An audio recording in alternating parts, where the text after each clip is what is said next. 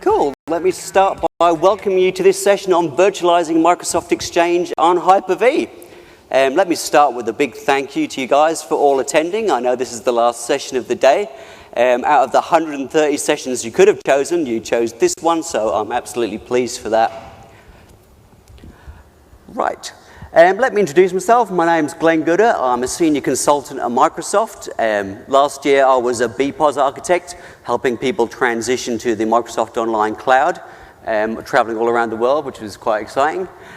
Previous to that, I was the messaging architect for the Department of Education, which was 180,000 Exchange mailboxes with 1.3 million students emailing teachers and all sorts of stuff. So it was a very exciting area to be in.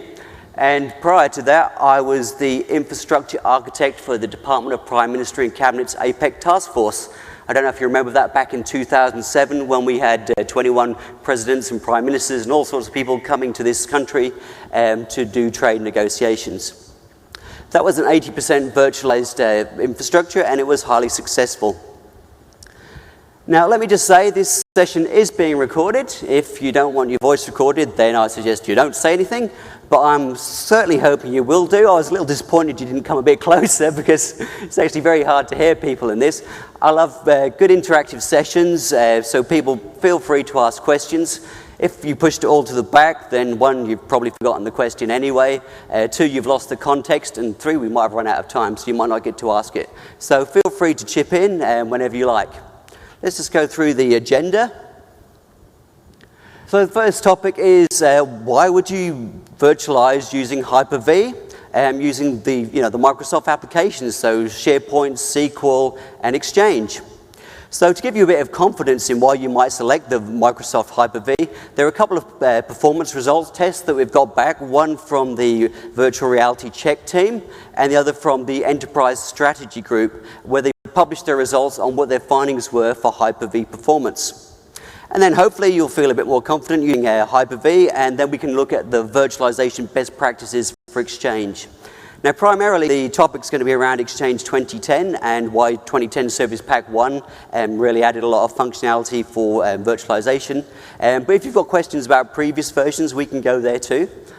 And finally, there are heaps and heaps of links in this deck. So please, please, please do download the deck and then use the links because I don't expect you to be scribbling it down right now. Now, we will be asking you for feedback at the end of the session, and there are two ways of giving feedback. The first way is to go and use one of these terminals dotted all around the place, or the other way is you could just get a $50 note and write a suggestion on, and I'll collect the $50 notes at the end of the session. Cool. Why would we want to virtualize on Exchange? First of all, can I have a quick show of hands? Who in here considers themselves a virtualization specialist? Apparently nobody. No? Oh, one? Okay, who considers themselves Exchange specialists? A few more hands. Cool. So let's just keep that show of hands going. What sort of size environments are you either looking to virtualize or have virtualized on Exchange? Show of hands for 1,000 mailboxes and above. Yeah. 5,000. Cool. 10,000. A bit like a bidding war, isn't it? I think this guy's winning at the moment. So, Exchange as an application is really good at scaling. If you look at TechNet resources, it's been proven to scale up to 128 gig of RAM.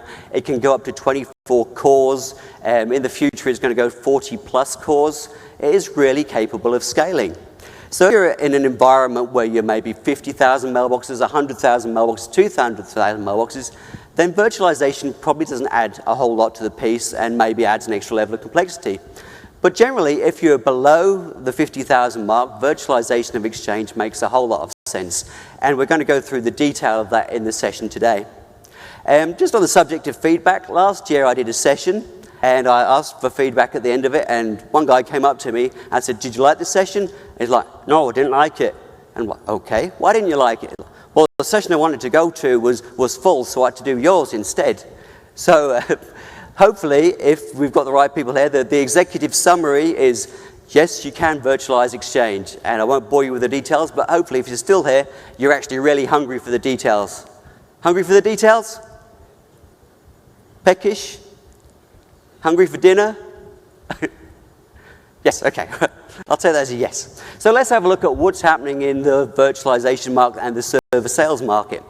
Well, we can see by the yellow bars, server sales are continuing. There's no surprise there. But the thing that is occurring is these servers are getting much, much bigger. In the enterprise strategy group testing, they used 128 gig RAM blades with 24 cores. Anybody got anything that can beat 128 gig of RAM? What sort of sizes have we got in here? 128. Fantastic. Yeah, and what sort of density do you think you can get on that? We're looking at it for a client of about 900 workstations and around the state. And we're looking at having 4 blades like that. Fantastic. To run their environment. Yeah. So is that a VDI project? It won't be VDI, it'll be a thin client based on 2X technology. Cool. Which is a Citrix terminal services type of Yep. thing. And so we'll be having the virtual servers running in there, we'll have Exchange running in there, file on-prem, SQL servers, web servers. Fantastic. So that's a relatively big deployment. I've been speaking to some people, and they've actually got up to half a terabyte in some of their servers. So we're talking some really sizable numbers. And getting 24 cores in a server is pretty easy today. It's going to be 40 cores in the very near future. So what we're seeing is much, much bigger servers being deployed, so you can get much higher VM density on there. Now, in terms of the operating systems that are being virtualized, Windows is still around about the 70% mark. We've got 11% being quite naughty, and the rest are other operating systems. So why would you choose Microsoft Hyper-V for your virtualization? Well, let's have a look at the stack. So from Windows 2008 onwards, you got it in the box. It was there. If you wanted to use it, all you needed to do was do a checkbox, and it was installed. And it's only getting better and better as we go by. So as R2 released, it got better. As Service Pack 1 has been released, we've got a whole bunch of extra functionality now. And the product is only going to get better in Windows Server 2008. Sorry, Server 8. So on top of this really good virtualization engine, you could actually start looking at deploying your Microsoft application workloads. So you could look at deploying Exchange, SharePoint, and SQL on there. And on top of that, you could even look at deploying line of business apps. So there's even some performance measurements that we could look at from Enterprise Service Group about virtualized SQL and SAP on Hyper-V. Now, the whole story isn't complete until you actually put System Center in there. So it doesn't matter if it's your patch management, if it's your SCOM for monitoring your environment, or Windows deployment services, System Center Configuration Manager. This is the whole Microsoft virtualization suite. And a lot of people just look at Hyper-V and they just say, well, that doesn't compare to VMware. Well, until you actually put System Center, which is the brain, along to Hyper-V, you're only getting part of the story. The full story is the full System Center suite. So let's have a look at how that story builds. So it's built-in virtualization with one-stop support. If you've got Microsoft providing the hypervisor, you've got them providing the application, and you've got them providing the OS, then the support story there is really good. You've got a large partner ecosystem. So for example, you've got EMC that are deploying management packs for SCOM to tell them when there are problems with the storage, and so perhaps you could affect movements of VMs based on the changing circumstances. And then you've got deep application knowledge. The people that write the management packs, it's not the System Center Operations Manager team.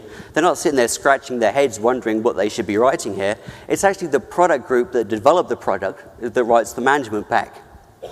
And it really doesn't matter if you're looking at a physical or a virtual deployment.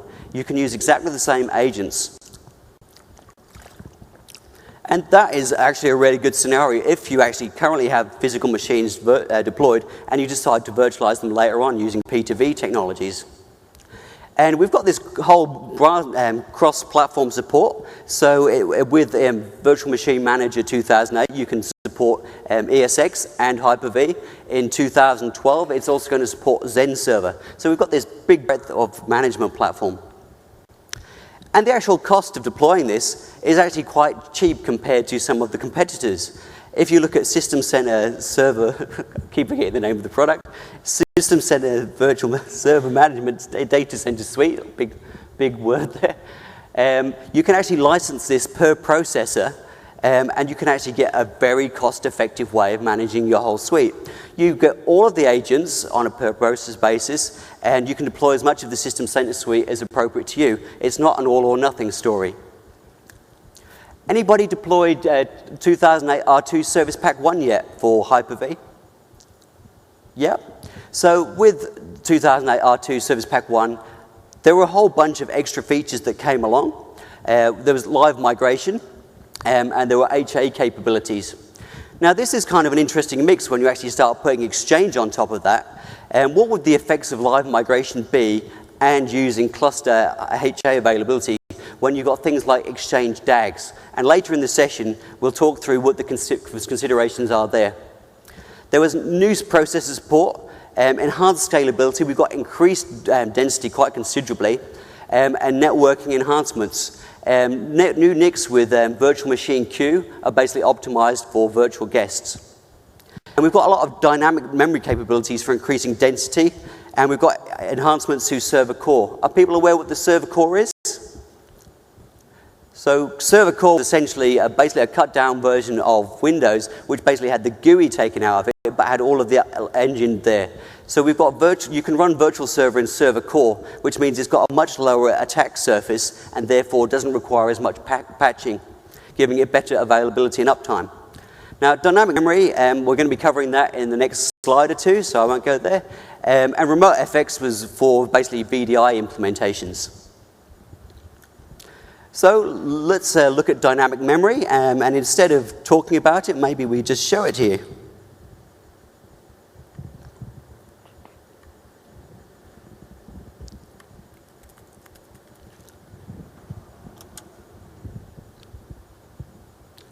So hopefully in a second that will pop. There you go.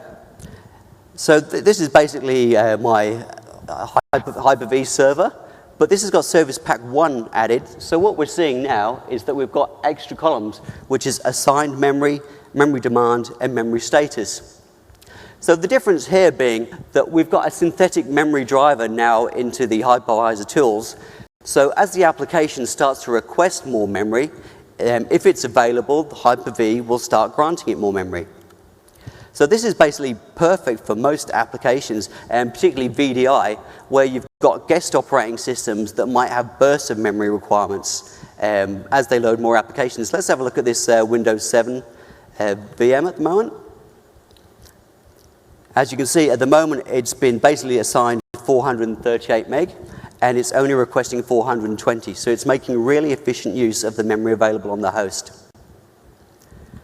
If we look at the way it's configured here, we've got a startup amount of memory of 386 meg and a total maximum amount of memory that it could have as 2 gig. And what you can see here is that you can basically prioritize memory weight. So, for example, if this was your boss's VDI, you might give it high priority, and if it was somebody you didn't like, you might just bunch it down a little bit. But generally, yeah, if resources start becoming constrained, anybody that's listed as high priority will get a chunk of the memory first.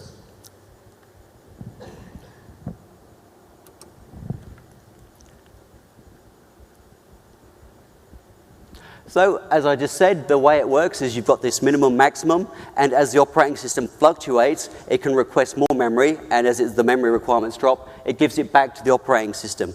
And this is known as basically synthetic memory driver. So, what's different?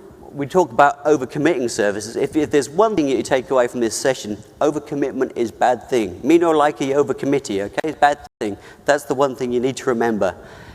A lot of implementations of virtualization really do suffer from the same fundamental problem. They've virtualized 300 servers, and they've put them on 5 blades or whatever it turns out to be. But those 300 servers probably had mirrored operating system disks, and those 600 disks that they would have had actually would have been hundreds and hundreds of IOPS. And then they dump it on this SAN with this tiny little LUN and this few disks, and so performance suffers throughout the stack. And then overcommit the memory, and it gives a really disappointing experience. Overcommitment isn't a good thing. You don't get something for nothing when you virtualize. Okay, quick question. If you had a Hyper-V host and you had 20 VMs on there and it had 20 cores, would you have 20 vCPUs and 20, is it like for like, is the question? Yes, no? If I've got 20 vCPUs and I've got 20 cores, so I've got 1-to-1, is it like for like? No, it isn't. You lose something with the hypervisor layer. And that can be anywhere between 4 and 12% of the CPU capacity because the hypervisor layer has to do translations. Okay, if you've got 24 gig of RAM, for example, in your server, and you've allocated 24 gig to your guests, is it like for like? No, because there's a memory overhead that the hypervisor layer puts on it. And later in the presentation, we'll go through basically what the formula is to work out what the actual hypervisor needs to be able to provide services. So how does VMware do it? Well, basically, they provide a ballooning service that sits in the guest that basically expands and contracts as memory pressures occur. They also use memory compression and basically page sharing. But page sharing doesn't work particularly well with the new operating systems. They use address space randomization layer. This is kind of a Windows defense mechanism for basically attack surfaces that instead of always executing the same block of memory every time an application starts up, it actually moves it around, and therefore buffer underrun and overtax are less likely to occur. So let's have a look at some of the hypervisor results. So these were produced by a group known as Virtual Reality Check. These results are publicly available, so help yourself to do this website. They are kind of a pretty much independent company, though VMware and Citrix has assisted them with their site. And the results really were based on taking a terminal server workload and comparing it across the platforms. Now, if you think about terminal server, it's actually a really good example of a workload to look at because it's very memory intensive, you've got lots of connections, and it's a really good indicator of how things scale. So what they discovered in their results was that if you sit Hyper-V on the right platform, you use basically second SLAT technology, or you use the extended page tables in AMD, you could actually get some significant performance results by using Hyper-V on that sort of hardware. So that might affect your purchasing decisions going forward about the type of hardware that you need to buy. So let's be honest, without hyperthreading, vSphere did perform better than both Xen and Hyper-V. But with hyperthreading enabled, there was some significant performance increases. If you look at this, this was done on x86, so 32 bits environments. And there was very little, vSphere actually did a little bit better. But when you actually start looking at x64 environments, with Hyper-V on bare metal, you actually see some significant performance gains from Hyper-V. Now, Enterprise Strategy Group also wrote a paper. Microsoft went to them and said, actually, could you write about your findings on Hyper-V? And the basic points they came back with were Hyper-V is easy to install. It's absolutely, tick a box, add it as a role, and it's installed. Anybody had problems installing Hyper-V? I think the hardest thing I've ever found is sometimes having to go into the BIOS to switch on virtualization technology, and that's about as hard as it gets. Hyper-V provides high availability and transparent and automatic failover of virtual machines. Windows 2008 made clustering actually pretty simple. So yeah, absolutely, it's really simple. You've got the capability of live migrations with zero downtime. Anybody know the difference between live migration and quick migration? Sorry? Yeah. Absolutely. So quick migration basically saves the state, dumps all of the memory to disk, moves it over to the next host, and then reads it all back off the disk. Whereas live migration actually copies block for block memory as the machine is executing. The most important thing here, though, is the performance results. And what they came up with was that you could get almost like-for-like native performance using VHDs of a fixed size. And in terms of the actual CPU, they got results of between 89% and 98% of the physical host. Now, it depends what sort of CPUs you're using and the type of workloads, but you can actually get very similar near-native performance. So this strongly supports that you could actually then start putting big memory-intensive applications like Exchange on top of Hyper-V. Again, there's lots of references there. I encourage you to download this session later and have a look at this report. So just having a look at it in terms of disk IOPS. In the yellow, we've got what the native performance would have been like. In the purple, what you call that, is what the virtualization equivalent is. And you can see that we're actually getting very, very close performance measures. So if you look at the Exchange DB one, which is probably quite of interest here, we got very, very close to what you could actually achieve using a VHD. And here we go, just an extension of that, application installs, directory copies, and so on and so forth. Anybody here use iSCSI instead of fiber channel? Yeah, we're getting a few hands. It's really simple. It basically doesn't need the complexity of the fiber channel networks. You can probably get rid of the SAN administrator. And it's actually a really good, cheap way of deploying high capacity. Now, if you look at this performance results, this was done around about the launch of the Nehalem chips, the 5500s, 10 gig Ethernet. There's a really good story there about native performance of the iSCSI stack within Windows 2008 R2. And in their performance test, they managed to get up to 1 million IOPS, which is pretty impressive over a 10 gig Ethernet. And they also did the same test of doing iSCSI within the VM guest, and they actually got some pretty respectable results, 700,000 IOPS. So just having a look at that graphically, this is pretty much near native performance. There was a performance hit, obviously doing it within the guest. You need to make an allowance for that in your design for Exchange, but you can actually get some really good results.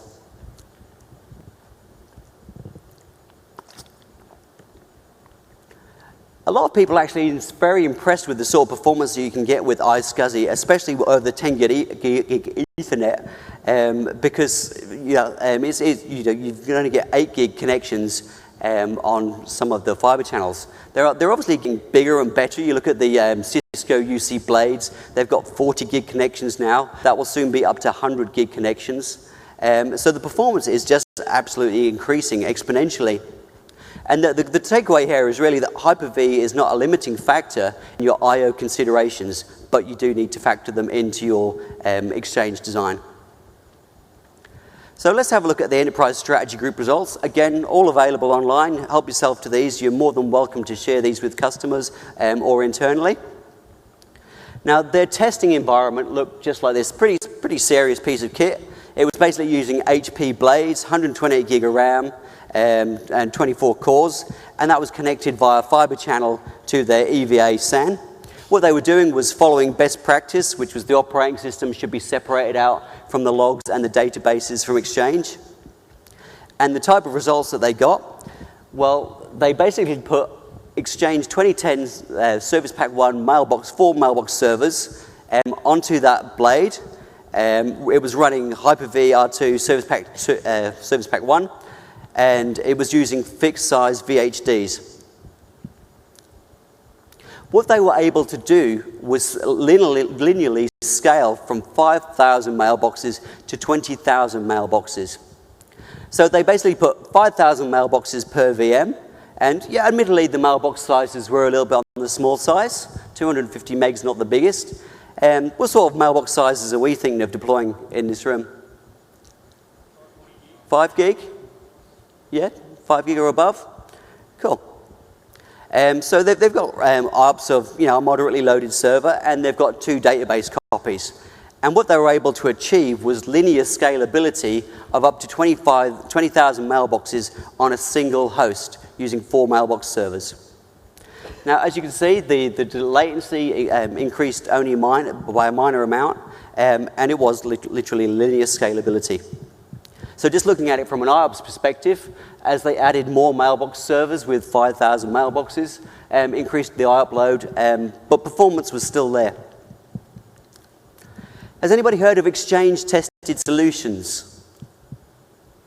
So basically, what it is Microsoft will work with all of the vendors, so F5, EMC, Dell, HP, you name it, and what they will do is come up with a specific tested solution framework. Can't really read it particularly well on that slide, but if you look at the first one, it's basically a 500 mailbox solution on Hyper-V with Dell servers, and it goes all the way down to a 32,000 mailbox solution using Cisco UCS blades.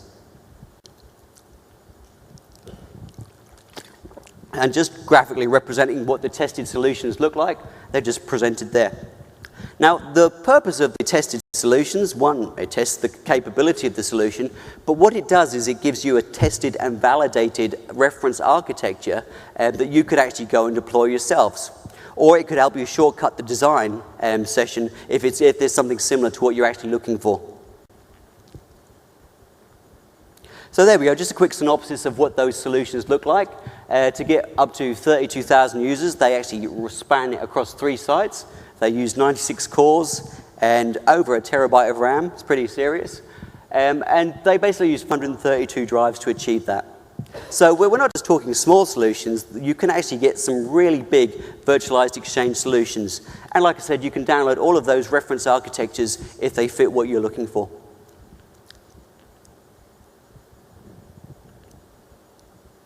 So what did the results say? We had 20,000 mailboxes on a single HP blade.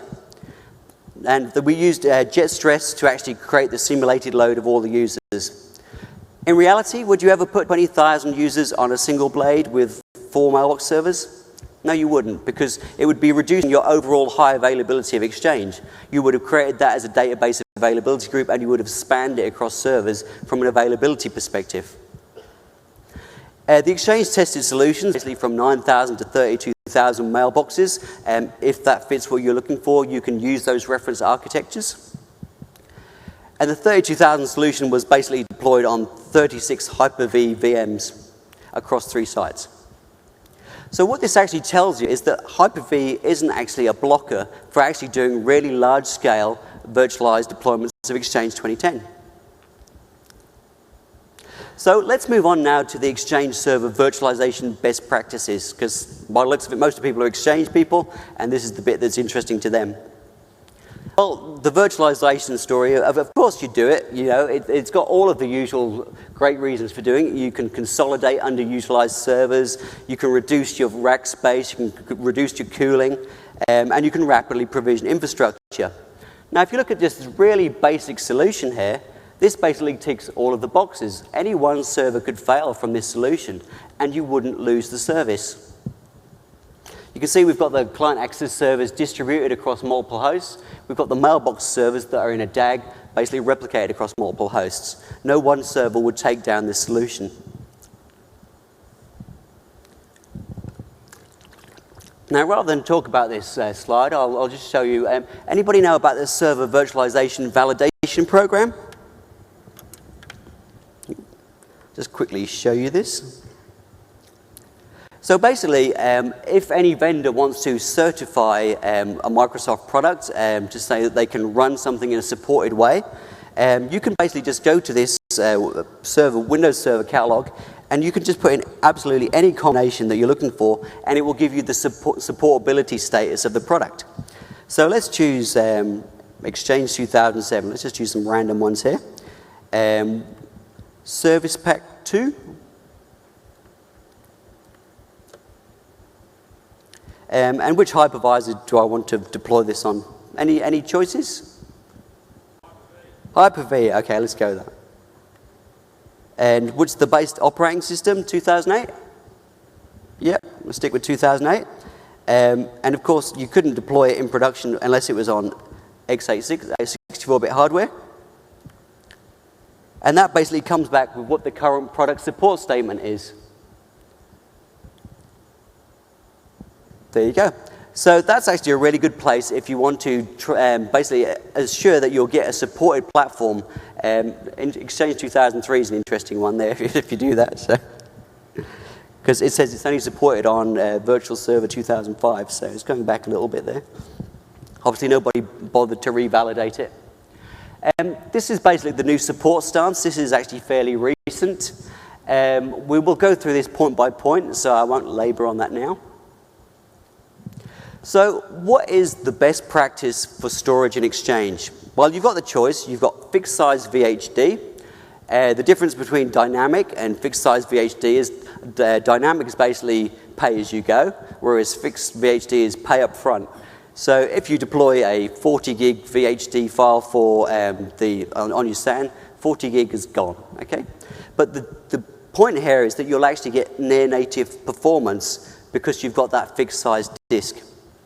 Other options include SCSI pass-through. So you've basically got a dedicated SCSI LUN or SCSI disk that you present to the VM guest. Or the other option is iSCSI. Dynamic or thin disks aren't supported in this platform at all, okay? And differencing disks. Now, differencing disk is great for a VDI solution where you might have one gold, Windows 7 image, and then you've got lots of child disks that basically just keep track of the differences. Differencing disks are not supported with an Exchange production deployment. And also, the minimum disk space that you should allocate to your VHD is a bare minimum of 15 gigs, plus whatever the size is of the virtual memory you've allocated to that machine. Other considerations. On the actual Hyper-V host itself, you shouldn't install any other software other than possibly antivirus software, the bare minimum that you need. Don't install SQL, don't make it a file server, it just be a Hyper-V host.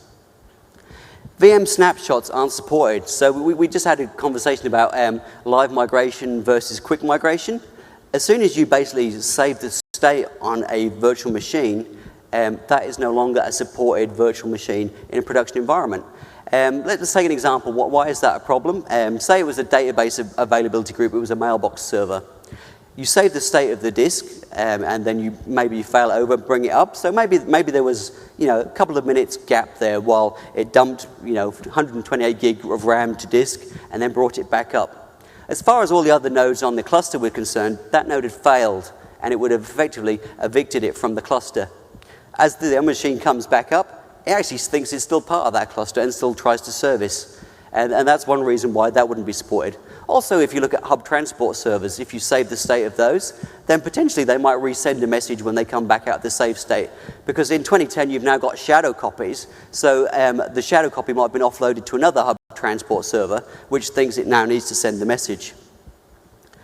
Now, oversubscription, don't oversubscribe. It's going to give you the worst performance experience possible. The ideal is you basically do 1-for-1. You do one core for one virtual CPU. But the maximum that we'll support is a 2-to-1 oversubscription ratio. Try not to do it if you can avoid it at all. And dynamic memory, we looked at it earlier. Dynamic memory is a great thing in VDI, maybe in file servers, that could actually burst and fluctuate in memory. But for an Exchange 2010 point of view, that is a complete no-no. There is a reason why Exchange gobbles all of the memory it possibly can. And the reason for that is because it's trying to minimize the amount of I/O that you put on the disk. That's why Exchange 2010 can actually go on the lowest grade disks that you could possibly imagine, like 2 terabyte SATA drives, with 50 random IOPS. It's basically, they've offset disk I/O performance with memory. The assumption is that you'll get better performance in memory than you will on disk. So the whole solution was engineered around the fact that you want to do as many sequential reads as possible and do as little reads as possible and as minimal number of writes as possible too. So what would happen if you use dynamic memory on a production Exchange server? So the server gets a bit busy and it decides to start taking away memory from the Exchange server. Well, Exchange isn't virtualization aware, it's not expecting it. So what it's going to do is start hitting the disks a lot more, and the performance is just going to drop substantially. Like I said, Exchange is not virtualization aware. The only part of Exchange 2010 that is virtualization aware is the best practices analyzer. And that's only aware just so they can report it. There are no other components within Exchange as it stands today that basically knows it's sitting on a VMware or Hyper-V or anything.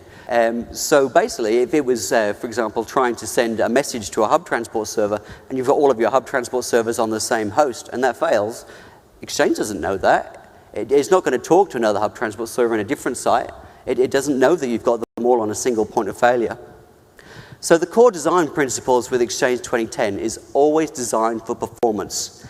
Performance. What makes Exchange perform? It's CPU, it's memory, it's disk.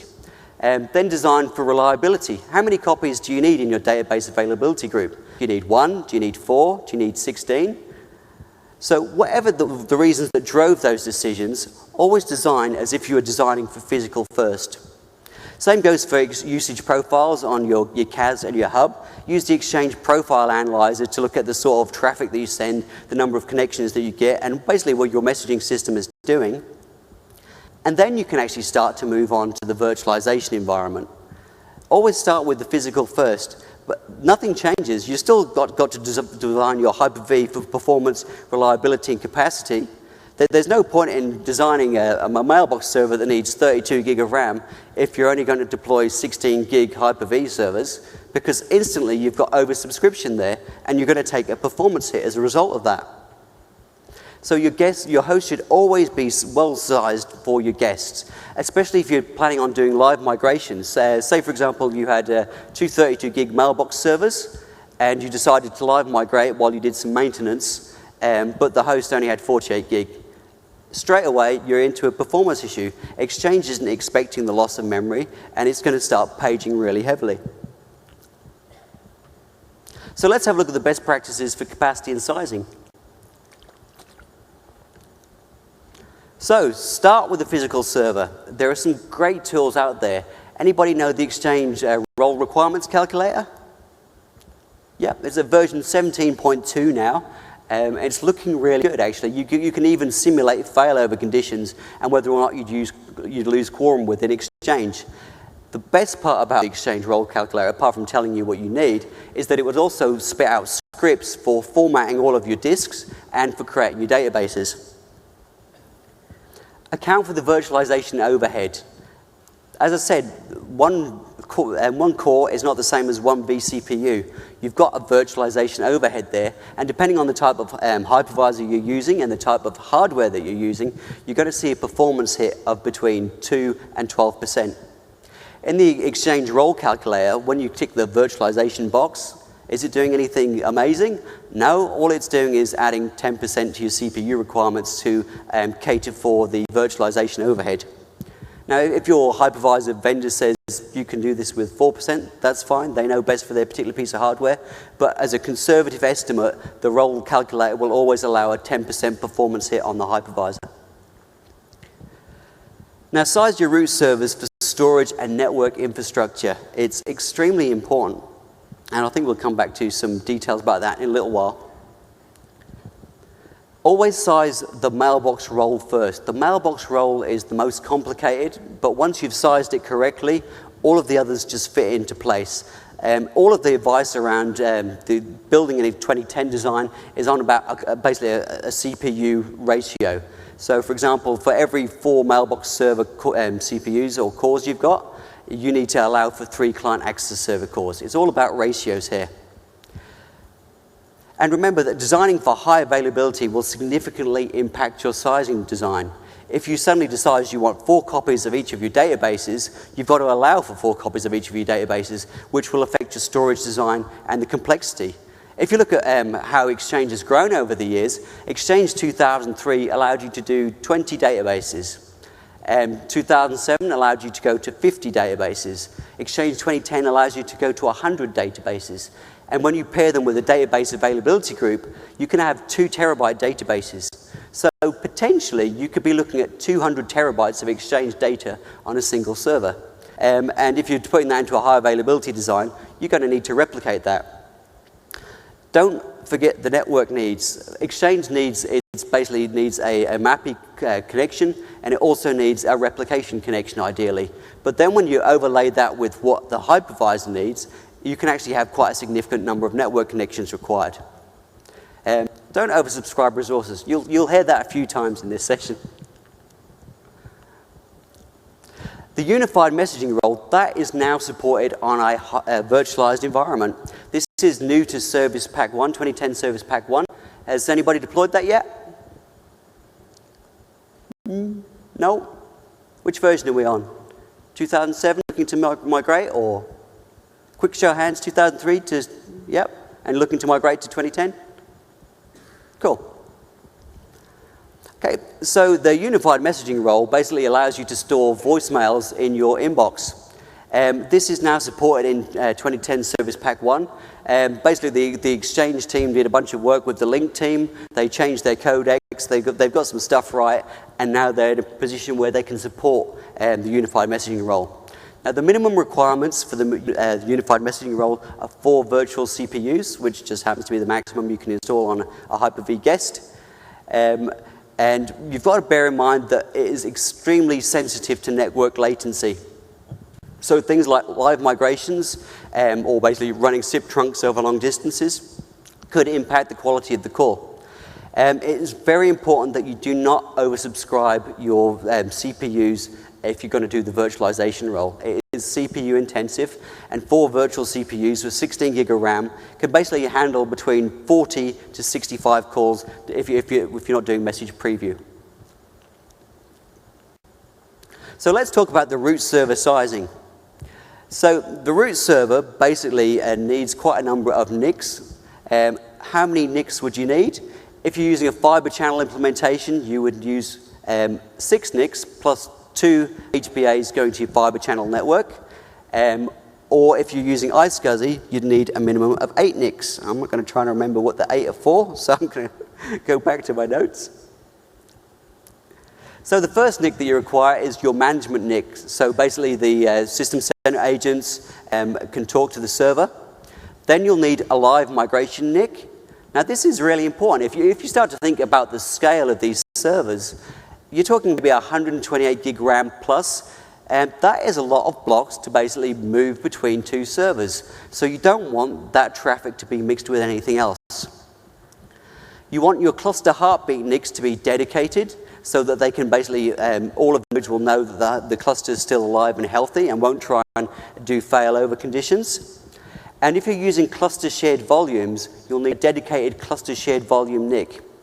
Anybody know cluster shared volumes? Yeah. So basically, with the latest version of Hyper-V, cluster shared volumes, you can have multiple cluster host nodes accessing the same LUN at the same time. So it's basically aware, it basically won't do write contention. So what you can actually do with cluster shared volumes is you can get extremely fast failover times. So the idea with the cluster shared volume NIC, though, is that should this host lose connectivity to the storage, it can basically redirect over the cluster shared volume NIC to a node that can still access the storage. Now, if you're using iSCSI, you'll need 2 NICs for that from a performance point of view and for a redundancy point of view. And then you'll probably need at least 2 NICs for your virtual machines because they could be creating high levels of traffic. In an Exchange scenario, you might have one of those NICs dedicated to map traffic and another one dedicated to replication traffic for database reseeds. So that gives you 8 NICs. It's quite a lot. And perhaps you might want to consider adding redundancy or teaming. So that could actually size up the number of NICs quite significantly.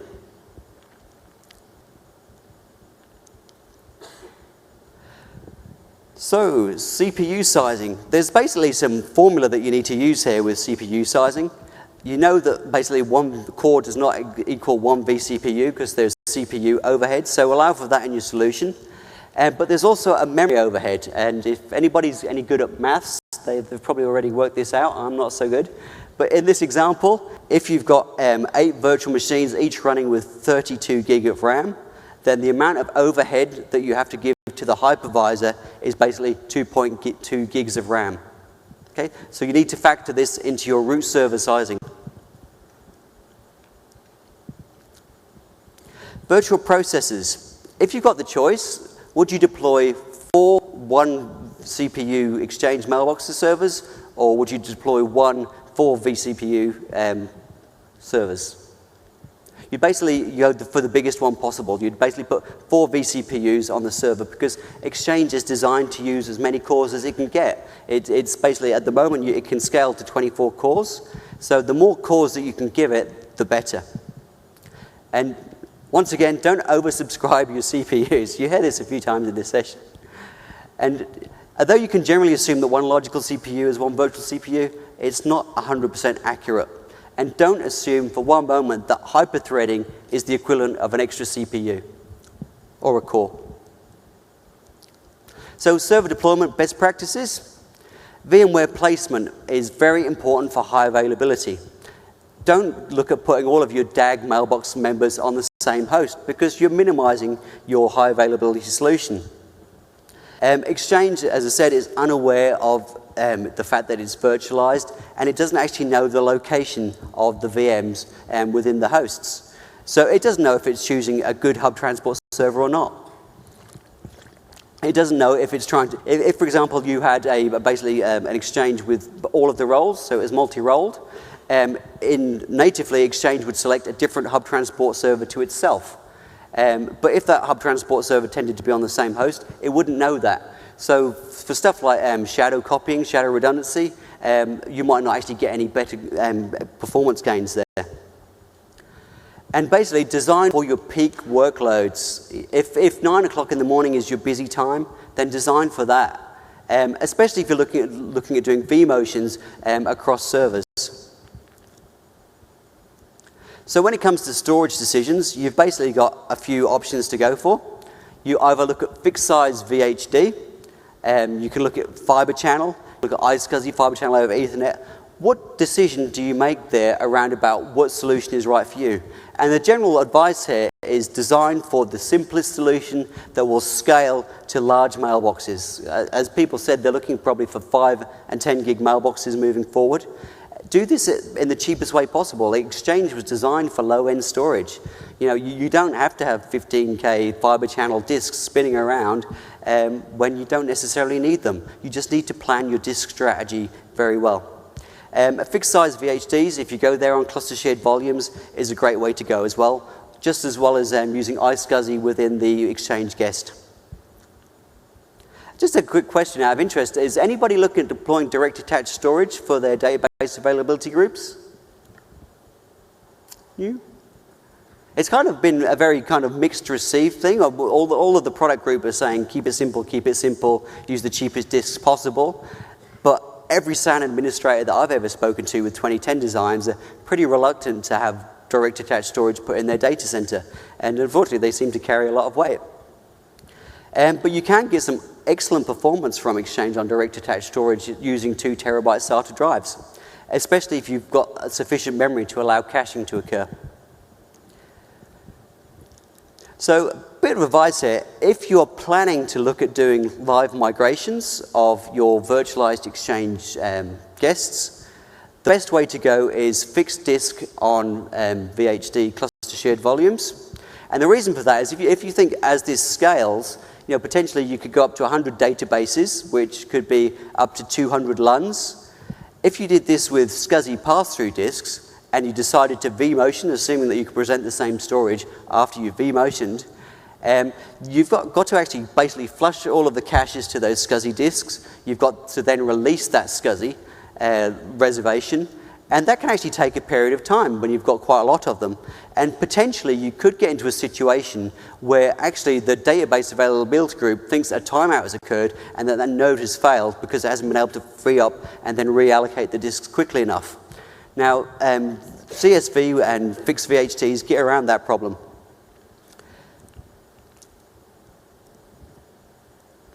Now, as I keep saying, Internet iSCSI, it's definitely an option. It's getting more and more popular as 10 gig Ethernet is becoming more and more common. And there are certain optimizations you can do. Let me just quickly show you a couple of things.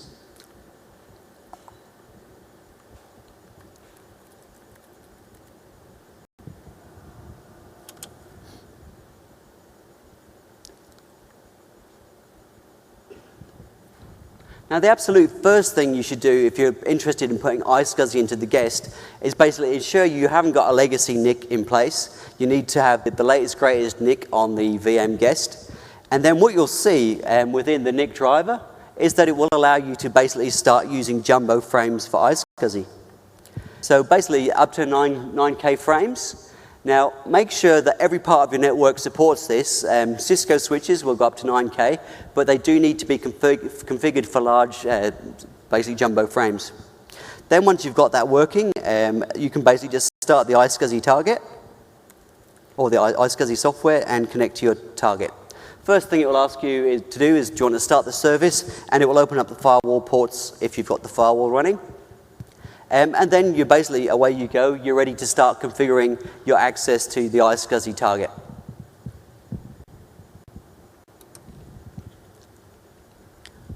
Okay, Exchange does not support network-attached storage. So if you've got a NAS that can present as iSCSI, but the underlying storage is basically file-based, that is not a supported platform. It needs block-level access to disks. Okay. Now, Exchange isn't a sysprep-friendly application. Big shame. You can't install an Exchange server, sysprep it, then clone the image, and then spit it out 20 times. But what you can do is basically take your VM template, put the Exchange binaries into the image, and then when you sysprep the image and deploy it, you can basically have run-one scripts that could then basically start doing the Exchange install. So, for example, if you were clever enough to write a script that looked at the host name, had CAS in it, for example, it would know to basically call and install as a client access server. So that's definitely one option that you've got for building starter images and getting rapid deployment of Exchange that way. So best practices for high availability and VM migration. So let's first of all start with the definition. What does the Exchange product group consider Exchange high availability? And high availability, by their definition, is that you've got the servers located in the same data center and that the primary active manager can keep in touch with all of those. It can see the status of all of the servers so it can make the right selection when it does failover. So it knows how many logs haven't been committed, how many more it's got to replicate, whether it's crawling through catalogs and so on and so forth. And basically, it will do the automatic activation of the best database available to continue servicing clients. Now, the definition for disaster recovery, therefore, is it's a manual activation. And the reason for that is that generally you've lost quorum within your database availability group, and there are potentially scenarios where you're activating a disaster recovery site. It might not have been able to keep up with the replication traffic, and therefore there might be some data loss scenarios, or you're potentially into a split brain scenario. So disaster recovery is always considered a manual activation process by the product group. So let's just talk a bit about database availability groups. Yep, it's fundamentally built on Windows clustering. Windows clustering allows you to have 16 nodes in a cluster, which basically means you can replicate databases up to 16 times. Haven't found anybody yet that wants to replicate them 16 times, but somewhere between 3 and 4 seems to be a good story right now. And what it does is basically use continuous log replication to basically replicate transaction logs to the other node in the database availability group. Now, one thing that did change with Service Pack 1 here is that if the network performance is sufficient, it won't wait for the transaction log to be finished and closed. It will actually do block-level replication of that log, so you won't even miss any transactions whatsoever. Now, this is completely dependent on the network capacity that you've got between the two locations, and it's also dependent on the hardware capabilities. If the server can keep up, it will basically work in a block-level mode. Now, the great thing about database availability groups, which is just so much better than Exchange 2007, was that it's actually really easy to stretch database availability groups across sites. You could do it with Exchange 2000 and CCR clusters, but it was painful, and DNS failover took a long time. So whilst it was achievable, you really looked at having to write a custom script, so when the node failed over, it would push updates out to DNS servers to basically make it a fast failover experience. Database availability groups don't have that DNS requirement. They basically use the primary active manager to determine where it should be looking for the database copy. And it is a much simpler, painless way of doing it. So what are the native data protection benefits of Exchange? Well, for example, you've got protection at the database level, the server level, and the network level. You've also got automatic failover protection and manual switchover control. And you can have up to 16 copies, some of which that could be lagged. The whole point of lagging is that potentially you could get around corruption scenarios. You could lag a database by, say, 24 hours, maybe doing a service pack update, or a virus, for example, got in, although that hasn't happened for years and years. You could actually just basically play back the logs up to the point of the problem, and then continue from that point onwards. So if you compare that native protection with what Hyper-V would give you, Would you rather have 2 mailbox servers in a database availability group, or would you rather have 1 server basically highly available using Hyper-V? And it's actually a fairly simple answer. You would basically have 2 mailbox servers in a database availability group. And there are reasons for this. For example, if you're using low-end storage, the low-end storage such as 2 terabyte SATA disks, now one of the problems with low-end storage is that over time, as the disk gets near failure, you'll start getting bit error rates occurring. Now what Exchange can do in 2010 is if it detects a corrupt page, it can actually send a request to any other member in the database availability group saying, I've got a corrupt page here, could you please re-replicate that page back to me? And basically it will recover at the page level. Now if you only had 1 Exchange mailbox server and you were doing high availability just using native clustering of Hyper-V, you wouldn't have any point of reference to recover. And if it was a failed service pack, for example, then you've still got a service outage, because if the service is down, the service is down. Failing it over to a different node will make no difference whatsoever. But let's compare that to host-based failover clustering. There are definite benefits of where you might want to use it. For example, if you're going into a maintenance window and you actually want to take the host down, that would be an example of where host-based with live migration would actually be a really good story. Now, bear in mind, though, that Hyper-V is not Exchange-aware, just as Exchange is not Hyper-V-aware. So if you put all of your mailbox servers together on the same host, it doesn't know about that. If all of your hub transports are on the same host, it doesn't necessarily know that that's Exchange and that server failing could actually give an outage. So basically, you want to start putting rules together that don't allow the same types of service to sit on the same hosts. And bearing in mind that the trend is for larger mailboxes, we're talking 10 gig mailboxes at the moment. If you only had a single host, a single mailbox guest, and you had to do a restore of that from tape, that would be a massive outage. So basically, take the benefits of basically Hyper-V clustering and live migration, but pair them up with the native built-in fault tolerance of Exchange. You can get far faster failover of a DAG group in Exchange than you could be by basically a host failing and bringing up the guest on another node. So VMware migrations, physical computer maintenance, that's absolutely a justifiable reason. You might actually elect during maintenance windows to reduce your level of availability. That's perfectly fine in those scenarios where you're making a conscious choice that you want to reduce your capability. Another thing is you might want to dynamically redistribute your VMs to optimize the actual use of the hardware. Now, create rules to make sure that you're always separating the same types of services. It's also possible that you might want green IT, and you might actually want to start shutting down your hosts at a certain point of the night, say midnight till 6 a.m. You might want to reduce the number of hosts that are running. And there you might actually elect to take the hit on availability to consolidate power and basically do your bit for the world.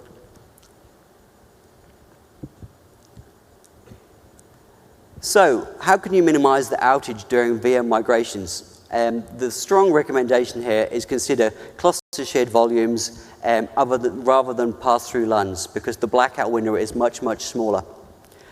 Disable migration technologies that save state. Exchange must always be going forward in time, because otherwise it will start behaving strangely. As I said earlier, if you save the state of a database availability group member and then you brought it back up, it would think that it's still part of an active database and start servicing databases. Whereas all of the other nodes would think that it's gone offline and that actually it should have failed over. Now, one thing that you might want to consider doing also is relaxing the cluster heartbeat interval. Because by default in Exchange 2010, if a node doesn't respond within 5 seconds, it's considered as failed. In pretty much every safe state scenario you will get into, you will probably not be able to bring up that guest within less than 5 seconds. It will consider it down. And be aware of the additional network interfaces required for these technologies. You need Exchange replication. Okay, how many NICs do you need if you're using iSCSI on a Hyper-V? What's the minimum number of NICs? 8, absolutely. So definitely consider that when you're planning for Exchange and when you're planning for your replication networks. So coexistence with other workloads. Well, as we've said, Exchange is pretty memory hungry, and there is a very good reason why it's memory hungry, and it's so it can go on slower, cheaper disks. It's not really optimized for dynamic memory. It's not really designed for shifting workloads. So maybe you should consider it more as an allocated, dedicated capacity rather than trying to mix workloads with it. So key takeaways, disable dynamic memory. Exchange won't love you for it. Bad things happen when you enable dynamic memory. If you've got any sort of storage automatic tuning, disable that as well. Exchange expects a certain amount of performance from its disks. If the disk I/O is underperforming, then you've probably got too many things going on the LUN, or you haven't done your disk storage calculations correctly. The more memory you give Exchange, the less IOPS it generates, because the more preemptive stuff that it caches. So absolutely switch off all of the dynamic settings altogether. So how can you enhance the story of Exchange on Hyper-V? And as I said earlier, System Center is the way to go. Data Protection Manager is capable of doing snapshots every 15 minutes of Exchange databases. And because we give the licenses away for free, you can have backup servers all over the place. And you can actually replicate Exchange data between the servers. It'll be block level replication, so it's actually fairly minimal. So you could have DPM to DPM basically at a DR site. Another thing that we've got is Operations Manager. If something's going bad in your environment, do you want to spend your night looking through event logs, trying to work out what's going wrong? No, you want the management pack for Hyper-V and for Exchange, so it can make informed decisions about what's going on in the environment and make recommendations for how you can remediate. And likewise, System Center Virtual Machine Manager 2008 basically it builds in all of the intelligence to Hyper-V that allows you to do the live migrations. Let me give you another quick demo here.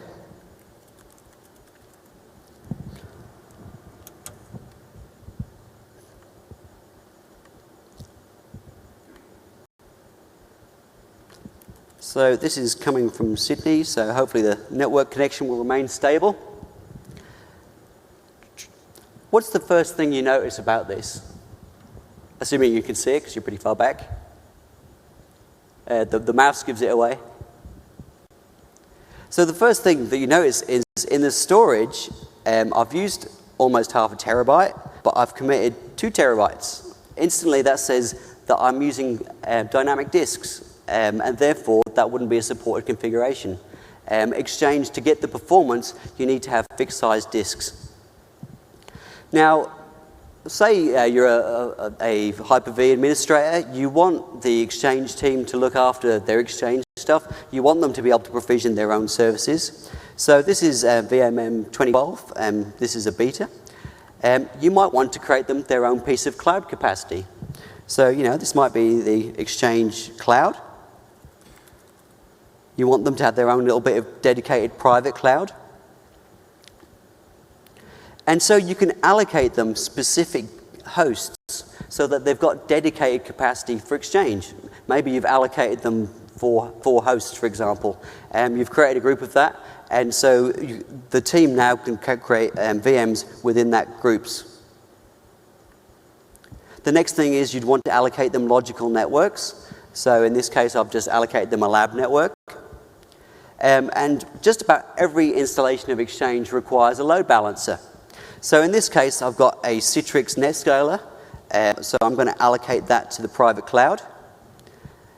And because NetScaler is Exchange aware, I can actually then allocate it to Exchange-specific VIPs. Now, if I had some expensive storage, I could have had a plug-in there which would have given them specific amounts of storage and management. And I might want to give them a library of the images that I've given them so that they can deploy their VMs. Now, this is the really important bit here. You can actually specify how much capacity from the cloud you're going to allow them to have. You know, perhaps they can only deploy 20 VMs, and perhaps they can only, say, 20 vCPUs. And you can allocate them a certain amount of quota points. So within your templates, you can say how much each type of template guest consumes. And likewise, you can allocate them a set amount of disk. So you can say, perhaps maybe they only have, a terabyte of storage. That would be a bit mean, but example. And you can allocate them a fixed amount of memory from the total amount of memory available within those hosts that I've selected. So, maybe you just wanted to give them 32 gigs, completely plausible.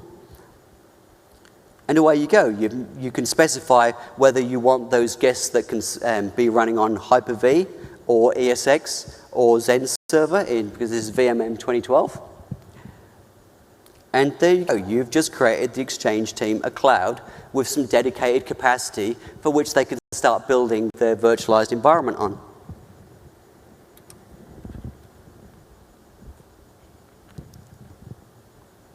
So a lot of the vendors now, F5 for example, and Citrix, they're now bringing out load balancers that basically work on Hyper-V.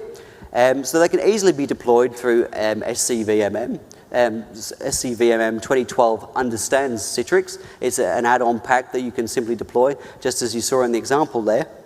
Citrix NetScaler basically comes with predefined templates for Exchange 2010. So it's pretty much wizard, next. This is the type of VIPs I want. These are the hosts they'll be connecting to. And one of the great things about the Citrix NetScaler is that it ships with a pro management pack. So if it starts detecting problems in the environment, maybe something's getting overloaded, it can actually send out updates via SCOM to VMM to notify that maybe it should move some VMs around. So partner evidence, HP, they've got a 20,000 user, half gig mailboxes, they've got a reference architecture, so if that kind of fits what you're looking for, please do take a look at this link. Likewise, they've got a 5,000 user, 256 meg mailbox solution as well. So let's just quickly summarize what we talked about. Hopefully you've got confidence now in why you'd actually choose Hyper-V to virtualize your applications such as Exchange, SQL, or SharePoint. Why Hyper-V? We've seen the extra features that are available in R2 Service Pack 1. The product is just getting better and better. We've looked at a couple of performance results. We looked at the Enterprise Strategy Group with their performance testing. We also looked at the virtual reality check results. And we looked at some of the best practices for virtualizing Exchange. The surrounding ecosystem, we've got F5 that integrate, we've got EMC with their storage that integrates into SCOM, we've got HP, we've got lots of reference architectures that can basically shortcut your design processes. And there are absolute heap of resources in this session, so please download it afterwards. There are more detailed sessions coming up. There were some great ones earlier today. If you missed them, please look at the recordings. They'll be available in the next day or two. There are some great detailed sessions tomorrow, so please do look at further details where they'll look at the tools in much more detail than I could do here. Any questions? Yep.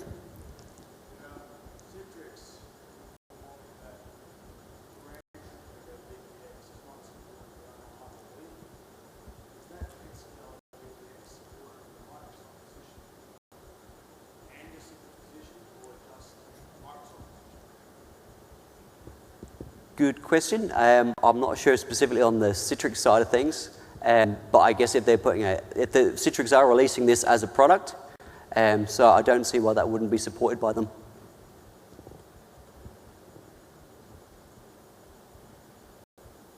Okay. Wow, did we finish early? Yes, you've got a whole 6 minutes of your life back. Unless there's any more questions, I'd like to thank you very much for attending today. Thank you.